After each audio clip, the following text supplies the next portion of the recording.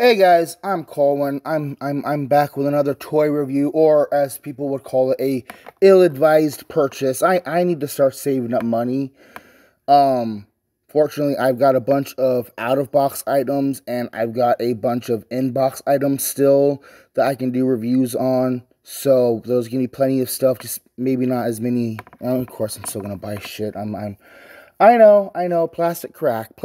So, I have here two Black Widow figures from Marvel Legends. They both came out in like 2019, so they're going on 5 years old right now. This one I've had for a while. This one was the ill-advised purchase I recently picked up at the Peddler's Market for 10 bucks. And like, I don't know what she's going for on eBay right now. I'll find out after we start the review, and I'll mention it later on. But, like, she looks great, and there's no way she's going for less than 30 bucks on eBay. Same thing with Deadly Origin. So, Black Widow, we all know Scarlett Johansson. She's gorgeous, and so is her comic book countertype. Maybe not looking exactly like Scarlett Johansson herself, but, you know, these are from two different comic book series. So they are different artists, different styles and all that, but they're both really cool looking still. We got the front here with the nice window packaging that I'm glad that they had before, and I'm going to keep both these boxes. They got all the weapons on display. She looks really great in the packaging. We will be peeling that price tag off later on. On the side here, we have nice artwork. We have her looking all stoic and ready for action and mid-action here. What's on the other side? Other side is the same artwork. On the back is some nice pictures of the figures themselves, demonstrating their little accessories. We got a bunch of legalese down here. Black Widow, Deadly Origins here is Black Widow. Natasha Romanoff must save everyone she ever loved before her own past kills them. And this one, just Black Widow in general, is extensive training in the Red Room made Natasha Romanoff a warrior with few peers. Let me go ahead and get these girls out of the packaging, and we'll see how cool they are in person. Okay, so I got the girls out of their boxes here, and like, I had reason to be nervous with these things. Gotta bring in a new character. This is Space Invader Lighter. So, you see this little bit right here? She's got two of those. She's got two of these little things for a smoke effect. This is how tiny these smoke effects are. These things are smaller than a penny. And then she's got two of these blast effect parts. Again, look how tiny this stuff is. I actually had to go back and check the footage. The Marvel Legends Black Widow. Again, I don't know what wave she came out in even. Wow. Okay, but the other Black Widow only comes with one non-firing stinger bracelet. The other one she comes with is either a smoking one or a firing one. Oh my goodness. But like, putting them next to each other, they look really nice next to each other. Let me lower her down a little bit, and we will bring in our comparisons. We've got Film Noir Spider-Man, we've got Scourge, we've got Hubcap, we gotta bring in Soda Can here. So she's got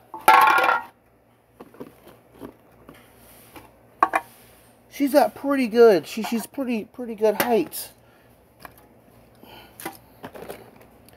And we've got these guys too. Accessories. Let's talk about the, I want to say this one came out first, so we're going to talk about the regular Marvel Legends Black Widow first. No, she did not come with this display stand. This is a Figma one, but because of, she's got these really small feet, and she's hard, like, you can get her to stand on her own, but we're just going to cheat it, and we're going to have her on the stand for the majority of the video. And look at that. These pieces are falling off over here. Accessories wise, she comes with this really nice looking jetpack with the Avenger, that's not Shield, with the Shield logo on there. And yeah, she came with these cool effect parts, and I actually have 2 of these from my bag of parts, so I can change out with different color fire effects if I wanted to. And then, like I said, she's got 1 unfiring or unsmoking stinger wrist guard, and then she has 2 of the firing and 2 of the smoking ones. And for interchangeable hands, she's got 2 fists and 2 splayed out hands. And how we swap things around is you're going to come in here and you're going to grab her fist and just pop it straight off, and it just drops right off. And I want to demonstrate that I've got these weird parts here from that other thing, and I can take them and I think they'll stick on here. I might be stretching them. Okay, I don't think they're meant to go on here because it did fight me a little bit. But I kind of like the way that looks also. She is losing her effect parts. I like the way that looks also on there. That's cool. That's all her parts. I'm gonna stick these over here. I'm gonna swap that off mid-camera roll, actually. We'll fix that in a second. Let's bring over the Deadly Origins one. And like, okay, so real quick, I gotta mention, actually, so they are different colors. They are similar, but they are distinctly different body types.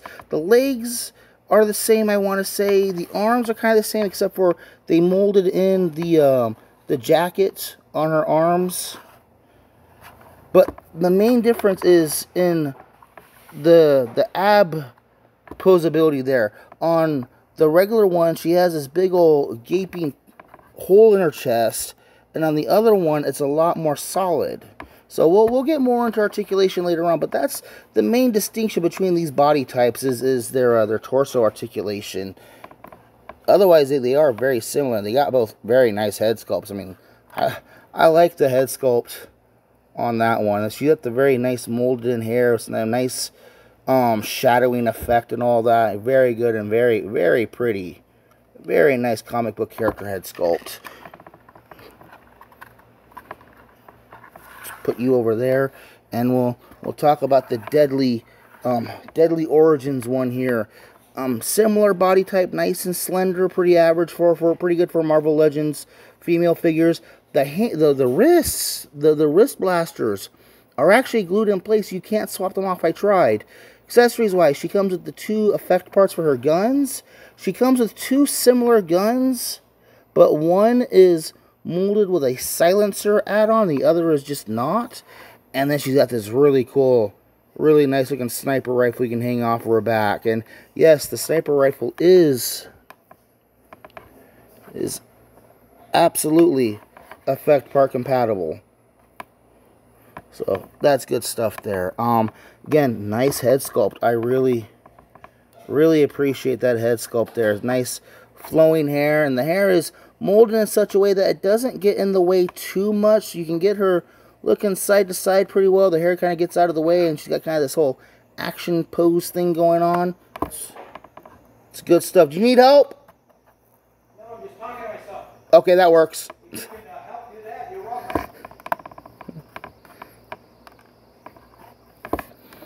Put those over there. Let me bring in Hubcap and Scourge in their vehicle modes. That's how the girls look next to them. Let me go ahead and take off some of these pieces. And let me pull her off her stand, and I'll give her the unfiring one back. And then let's go ahead and oh, I'll put her fist in here, actually, because she is going to go back in the box soon. So, articulation-wise, in order to get her jetpack off and on the regular Black Widow, you're going to turn her arms facing backwards, and then bring one shoulder strap back, and then the other one back, And as you work it, you want to get one strap to go over her elbow. And just kind of gently work it back. And then bend the elbows as you go. And there is the jetpack. And it's got a smooth backside on it. It's got nice and cool molded in details. You know, it's got the ports in the bottom for the thruster effects. It's all really, really good stuff. Those need to go there. These need to go back in there. And actually, I think I have extra one of these from that bag of parts too. Articulation. Oh, she's got the cool Black Widow mark on the back here, and there's another reason why we're getting a good angle from right there. Obvious why. I mean, look at that. That is just very well molded. I'm just not going to say what it is. She's even got a molded in belly button. Like, dude, customizers can go crazy with these things sometime. I think I might actually, her back there, that body mold is probably using parts from this thing. Different arms, no jacket. The molded in jacket actually could be pulled off, but then you'd be stuck with the gray shirt with the leather arms, and it's like, we have Avengers logo here, Black Widow logo there. Articulation. I like the gray mold they have in there. But articulation, she's got the hinge in the base and then a ball joint inside the head itself. So you're going to get all kinds of nice, good, expressive poses. You know, she's got the swivel and hinge in the shoulders. Nothing. She doesn't have a shoulder swivel. A lot of female figures tend not to have shoulder swivels, but she ends up with an elbow swivel and an elbow hinge. She's got the swivel and hinge in the wrist. She's got that torso socket way up there. So no waist joint, but, you know, she can get posable around like that. Ball joints in her hips. Nice thigh swivel. As always, beautiful double jointed knee. I love the way they sculpt. This is an absolutely skin-tight suit going on here.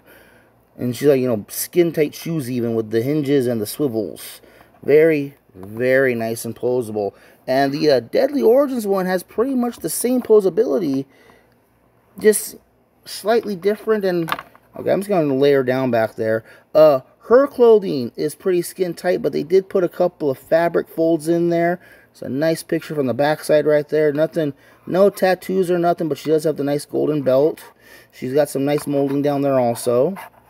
You can see a little leather straps, and what's interesting is that there's this weird little crack here. So they had to glue in an entirely different neck or something. Articulation. She does not have a hinge in the base of the neck. She just has a ball joint inside the head. And I want to show that that's how you get that off. But if I am so inclined, I believe I can... Oh, okay, I'm not going to force it, but this ball is too big for my other head. I'm not going to force it. Okay, then. But there probably are other head sculpts that I could probably pop on here if I was so inclined. Oof, nice and loud. Articulation, I just talked about the head. She's got the same type of swivel and socket shoulders, but she's got a little bit more range because she doesn't have that leather jacket in the way. No shoulder swivel, but she does have the elbow swivel and the elbow hinge. Wrist and swivel. She's got the same upper torso ball sockets, but without that weird ugly gap. Ball joints in the hips, and like there's actually a different design in the hips even. You can see different design in there. Similar lower legs, nice huge double jointed knee, swivel, hinge and swivel. Now, I thought these figures were actually kind of expensive. Like, I got this one over at Peddler's Market for 10 bucks. And this one was at Target several years ago for 20 bucks. And on eBay, they go for about $12 loose complete, cheaper not complete, and about 20 to 30 bucks shipped in the box. So, that's good though. Because what that means is that they're easily affordable. And like, they're great figures with a bunch of accessories. Go grab one off of eBay. Either Black Widow Deadly Origins or a regular Black Widow with a jetpack. These are probably some type of Walgreens exclusive at some point. They're great figures. Go get some. I'm Colwen. It's been Marvel Legends Black Widow Deadly Origin and Marvel Legends Black Widow. Thank you for watching.